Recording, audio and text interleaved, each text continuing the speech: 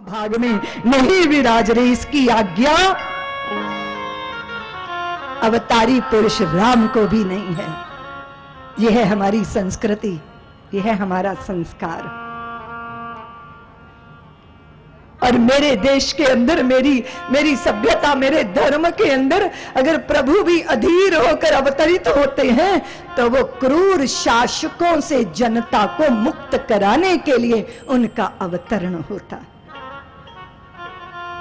इसलिए भारत की संस्कृति हिंसक नहीं, अहिंसा, परमो धर्मा को ही अपना मुख्य उद्देश्य मानती।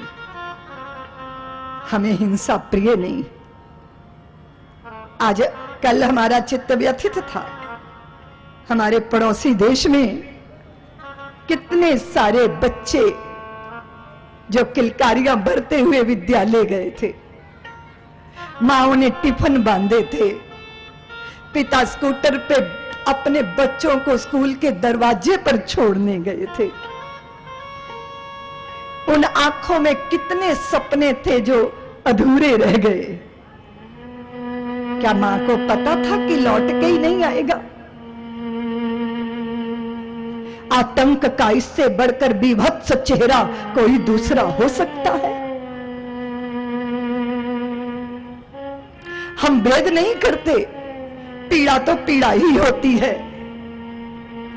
हमें अपनों के लिए ही दुखी होना नहीं आता, हम तो सारे विश्व को अपना मानते। इसलिए आज पड़ोसी के दुख में भी हम द्रवित हैं। लेकिन हम यह भी निवेदन करना चाहते हैं, क्या ऐसी क्रूर घटनाएं सज्जनों को तैयार नहीं कर सकती कि सारे विश्व के सज्जन एकजुट हो जाएं और ये आतंक जैसे पाप को धरती से मिटा दिया जाए? कैसा है ये धर्म, कैसा है ये जिहाद, कैसा है ये संघर्ष जो ना अपनों को देखे ना परायों को, नन्ही कलियों को मसल दिया जाए? संभव है? संभव है? छोटे बच्चों की कब्र पे पैर धरकर कोई किसी जन्नत को पा सकता है क्या?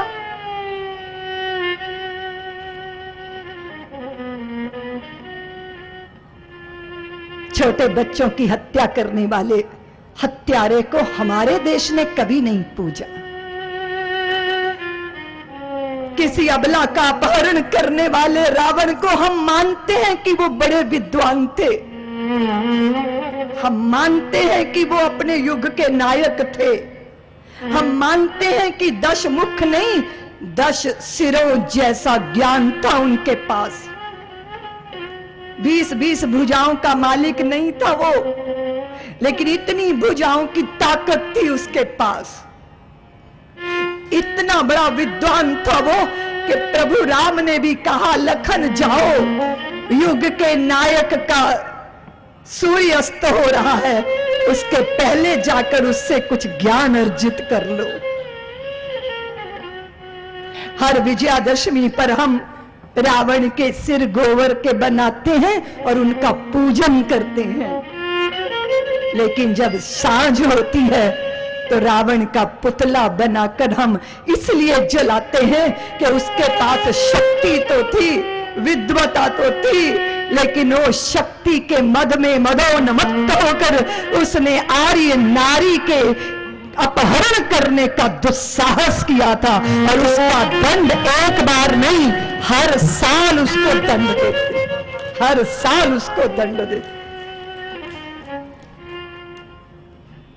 वो बात अलग है कि विजय दशहरा को हम भारत में नाटक खेला करते हैं, सचमुच के रावण जिंदा हैं, कागज के रावण जलते हैं।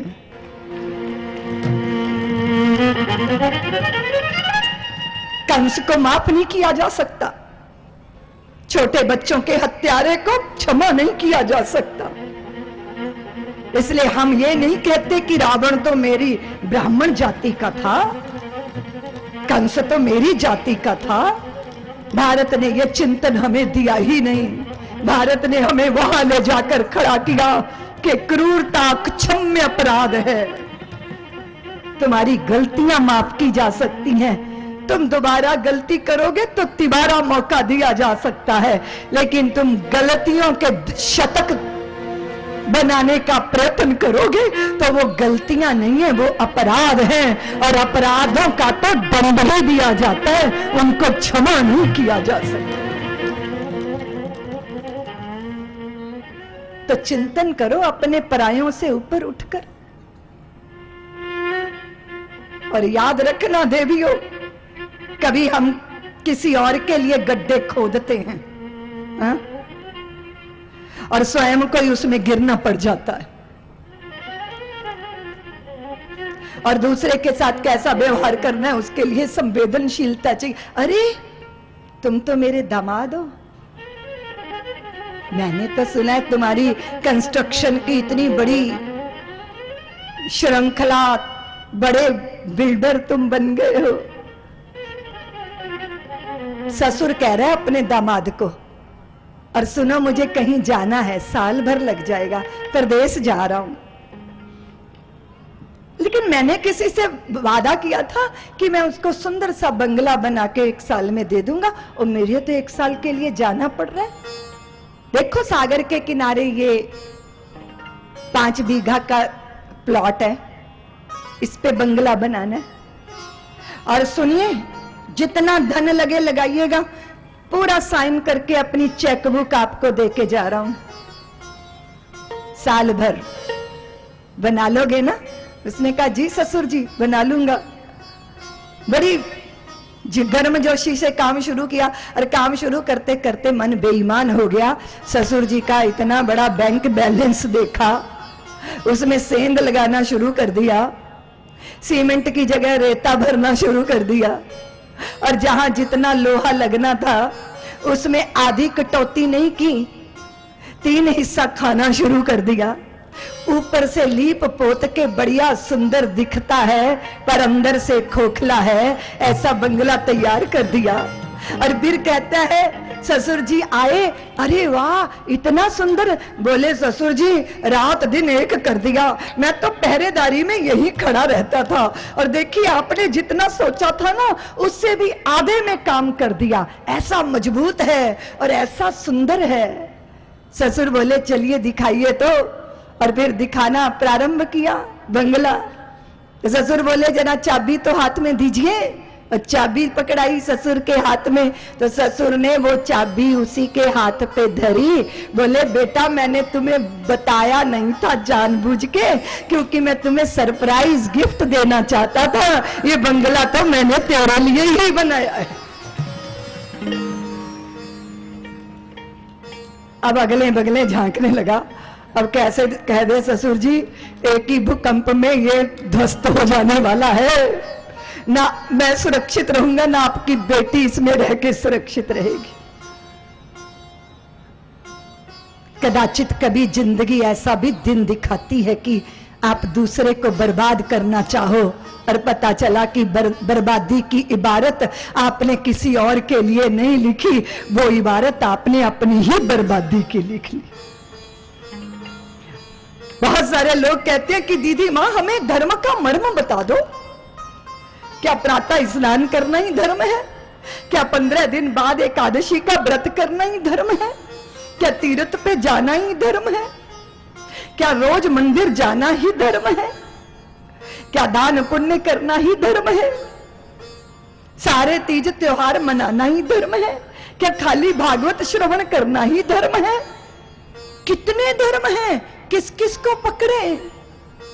कैसे बताऊं मैं कि क्या धर्म है क्या धर्म नहीं है? बस एक ही बात जानती हूं कि एक ही बात धर्म समझ में आया है, एक ही मर्म समझ में आया है कि जो आप अपने लिए नहीं चाहते वो आप दूसरों के लिए कभी मत करो, ना कहो ना बोलो ना करो। एक ही मर्म समझ में आया। स्वयं को सम्मान चाहिए, औरों को सम्मान दो। स्वयं को सुविधा चाहिए, औरों को सुविधा दो।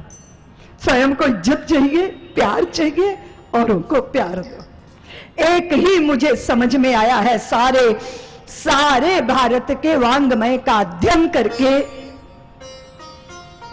कि जो आप अपनी आत्मा के लिए उचित समझते हो वही सबके लिए उचित है। इसलिए वैसा ही व्यवहार। आपसे अपराध हो जाए तो चाहते हो कि कोई जाने? चाहते हो? आपके बच्चे गड़बड़ कर दे तो अपनी इज्जत को चुपचाप घर में लेके बैठते हो ना? चिंता होती है ना कि कानों कान किसी को खबर ना लग जाए। तो जब अपनी इज्जत को इतना संभाल के रखते हो तो किसी दूसरे की इज्जत उछालने में इतना रस क्यों लेते हो, इतना स्वाद क्यों लेते हो? विषय इतना छोटा नहीं है कि दीदी माँ ने कह दिया ठीक है जो हमें रुचता है वही सबके लिए करना। बड़ा विस्तृत विषय है, इसके भीतर प्रवेश करोगे तब पता चलेगा कि कैसे व्यवहार में परिवर्तन आ गया, सोच में बदलाव आ गया, चिंतन में बदलाव आ गया।